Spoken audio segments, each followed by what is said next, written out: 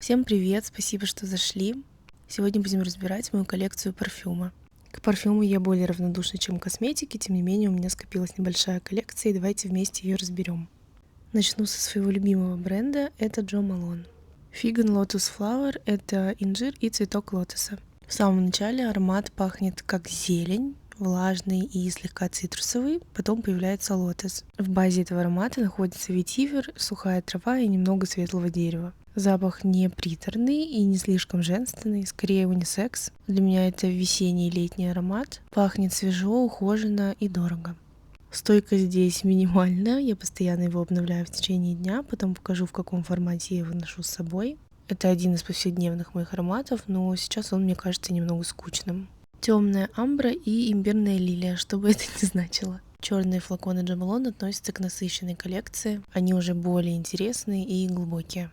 Здесь сначала чувствуется кардамон, имбирь, и он открывается очень пряно, тепло и немного дымно. Но не кулинарный имбирь и не запах пряников, именно сухие специи. В сердце находятся черная орхидея, жасмин и водяная лилия, и они добавляют аромату цветочность. В базе раскрывается темная амбра и древесина кьяра. В общем, пахнет как дорогие японские палочки и какое-то вот темное дерево.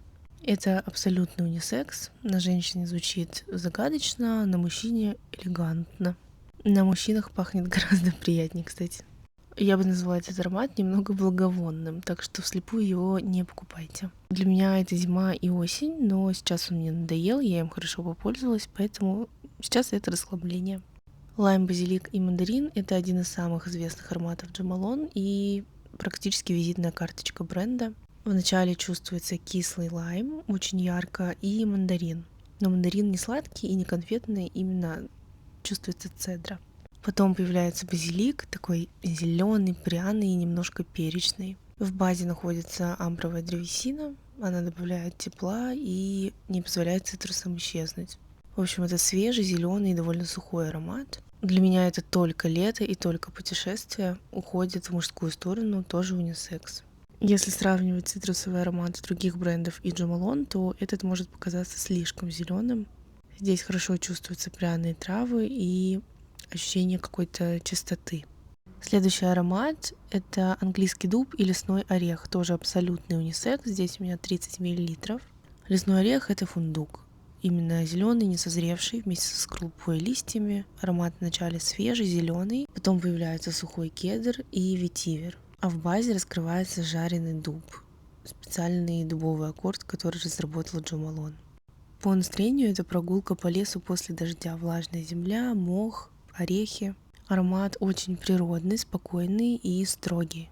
Пахнет очень дорого и интеллигентно.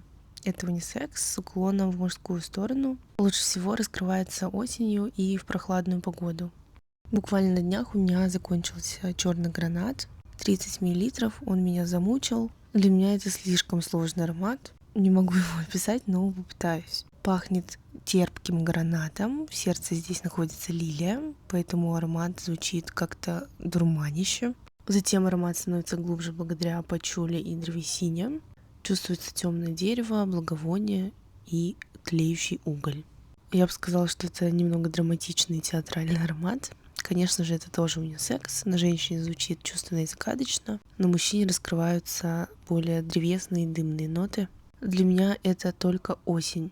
Это никакой не сладкий, не сочный гранат, именно темный, терпкий, какой-то перечный и дымно-древесный гранат. В общем, все сложно, повторять не буду.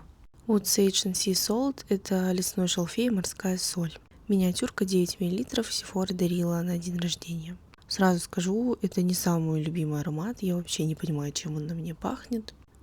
Как в описании написано, вначале раскрываются семена амбретты, понятия не имею, что это. Затем появляется морская соль, именно, знаете, как когда вышли из холодной и соленой воды и кожа высохла на ветру. В базе находится шалфей, который делает аромат более природным. Ну и он пахнет абсолютно нейтрально. Это... Я не знаю, что это. Ничего тяжелого, ничего цветочного, ничего сладкого. Соль здесь тоже не характерная. Он абсолютно не стойкий. Не понимаю этот аромат.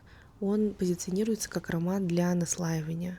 То есть им хорошо усиливать основной аромат. Например, если нанести лайм, базилик и мандарин, то запах станет более цитрусовым. Я еще покупаю пробники Jo Malone в Discovery сетах. Это Мира и Бобы Тонко. Мира — это какая-то там ароматическая смола какого-то дерева, извините. Хорошо, что я покупаю Discovery сеты, потому что этот запах мне не очень нравится. Вначале раскрывается лаванда, потом это ароматическая смола. Ее, кстати, используют в благовониях. В базе находятся бобы тонко, они дают сливочную ваниль. Чувствуется лаванда, табак, смолы, ну и какие-то ванильные нотки. Дальше бархатная роза и ут. Это аромат из насыщенной линейки в темных флаконах. Здесь роза густая, темная, сладковатая и как будто бархатная. Вначале чувствуется гвоздика, в сердце находится дамасская роза и присутствует какая-то мягкая ореховая сладость. В базе раскрывается ут, это ароматическая смола удового дерева, и он как раз-таки придает розе глубину и характер. Это тоже считается унисексом, но воспринимается скорее более женственным. Еще один лайм, базилик и мандарин. Дальше алый мак. Я не знала, что у мака есть запах. В сердце находится алый мак и ирис. В базе раскрываются бобы тонко с оттенками миндаля.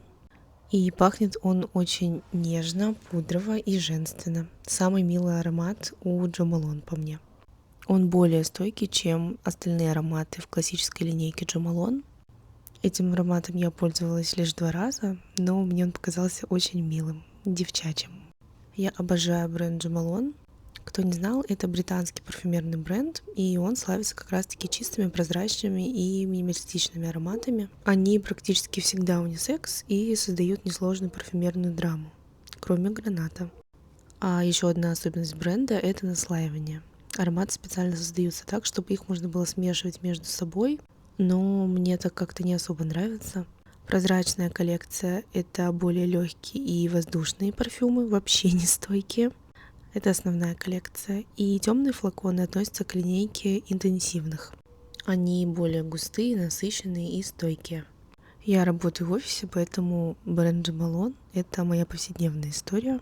Loewe Solo Ella, с испанского только она. Очень красивый аромат. Вначале раскрывается красное яблоко, груша, персик, горький апельсин, фрукты. Потом появляются нероли, цветок апельсина и жасмин. Также есть зеленый чай. И в раскрытии можно почувствовать розу, фиалку и гелиотроп. В базе находятся кедр, амбра и светлая древесина. Это лето, конечно же, по настроению это персиковый закат, платье, чистые волосы, прогулка по городу. Аромат невероятно женственный, ухоженный, понятный, сладкий, цветочный. Умираю. Стойкость у него средняя. В сравнении с Jo Malone это, конечно, слишком сладко и женственно, но я обожаю этот запах. Сейчас использую его только на вечер. Loewe Iris Utileza.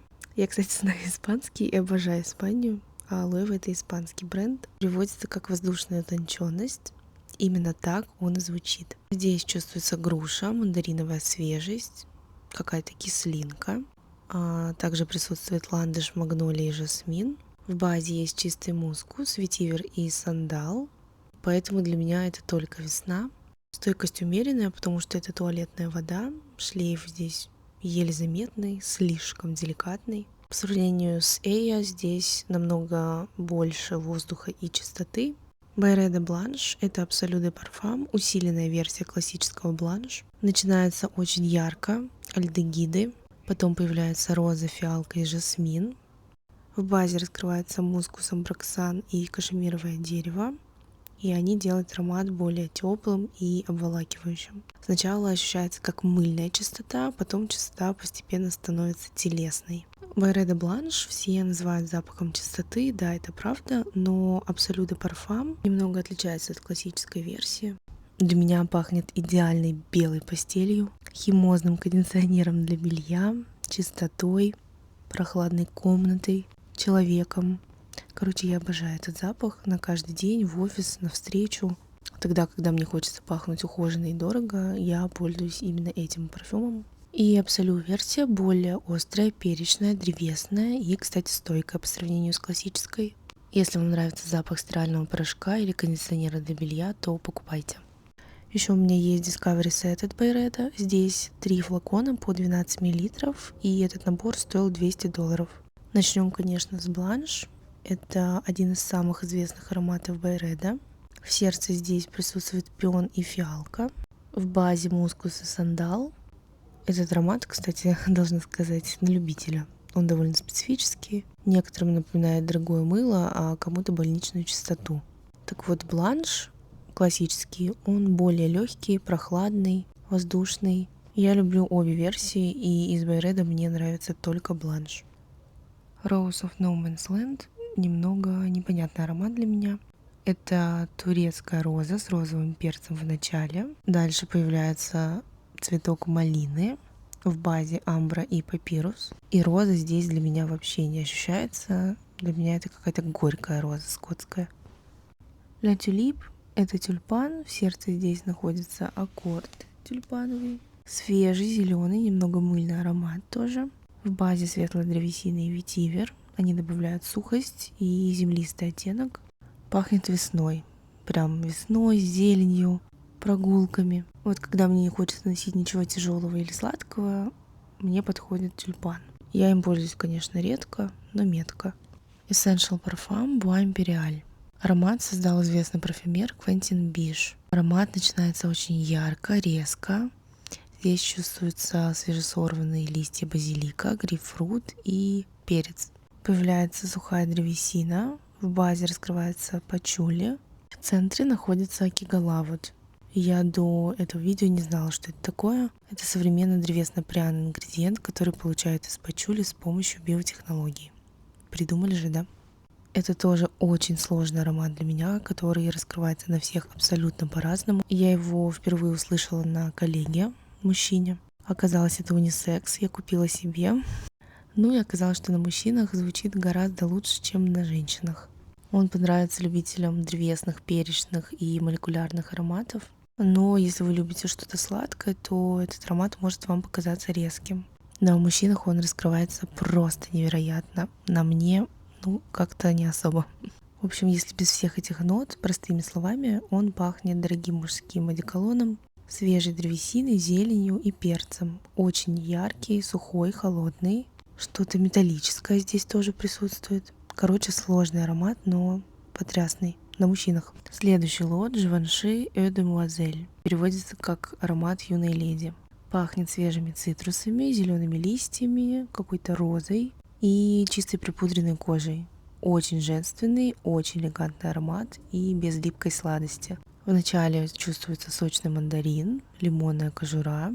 Главная нота здесь роза, в базе остаются чистый мускус, амбретто и бобы тонко. Лучше всего подходит для весны и начала лета. Стойкость умеренная, это туалетная вода, а шлейф деликатный. После моих джемалонов с этим ароматом я чувствую себя прям девочкой-девочкой. Шанель Шанс. Пахнет цветами, розовым перцем и пачули.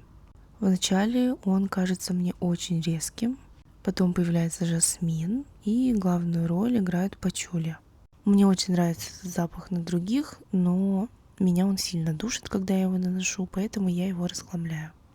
У меня есть такой Discovery Set от Tom Ford, 2 аромата, 4 мл, и первый Lost Cherry, потерянная вишня. Черная вишня, вишневый ликер, горький миндаль, роза и жасмин, бобы тонко, ваниль и древесные ноты. В общих красках это запах вишневого десерта с алкоголем. И именно после этой вишни рынок завалил вишневыми композициями. Для меня очень тяжелый аромат, но мне нравится, как он пахнет не на мне. Tom Ford Soleil Blanc «Белое солнце». Пахнет как дорогой отпуск, нагретая солнцем кожа, купальник, кокосовый крем, отель. В общем, направление здесь солнечное, цветочно-амбровое и кремово-кокосовое. В общих красках пахнет дорогим SPF-кремом. И что-то есть вот солоноватое, морское. Он тоже стойкий, около 6-8 часов и на одежде до следующего дня. Еще один Discovery Set от Hermes. С французским у меня так себе. Это сад на лагуне.